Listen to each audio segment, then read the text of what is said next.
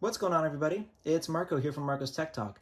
I know it's been quite a while since I've uploaded a video to the channel. I feel like it's probably been around 2 years, honestly. So yeah, I just haven't really had anything super interesting to unbox or really talk about on the channel, just been busy with life. But one of the last videos I made was the 13-inch MacBook Pro, the M1 MacBook Pro unboxing video that I did there.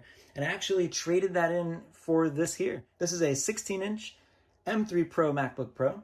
This is the one with the 12-core CPU, an 18-core GPU, 18 gigabytes of unified memory, and a 512 gigabyte SSD. So this is a pretty standard Apple packaging situation.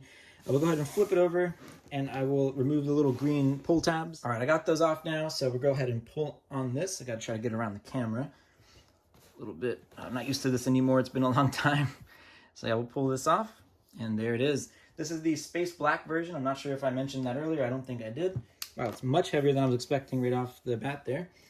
Put this aside.